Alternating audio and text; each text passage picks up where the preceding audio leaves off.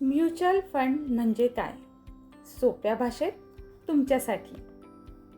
बरेच लोक एकत्र येऊन कोणत्याही एका फंडमध्ये पैसे गुंतवतात. एक तज्ञ म्हणजेच फंड मॅनेजर तुमचे हे पैसे वेगवेगळ्या कंपन्यांमध्ये गुंतवतो. इथे तुम्ही अगदी 100 रुपयापासून तुमच्या गुंतवणुकीची सुरुवात करू शकता. जर तुम्ही दर महिन्याला एक ठराविक रक्कम गुंतवताय त्यालाच SIP असं म्हणतात. इथे वेगवेगळ्या कंपन्यांमध्ये तुमचा पैसा गुंतवला जातो, त्यामुळे जोखीम कमी होते. जितका जास्त वेळ तुम्ही गुंतवणूक ठेवता तितका परतावा चांगला मिळतो, किमान 5 वर्षासाठी. हे सगळं सेबीच्या नियंत्रणाखाली आहे. सगळे सरकारचे नियम लागू होतात, त्यामुळे फसवणूक होत नाही.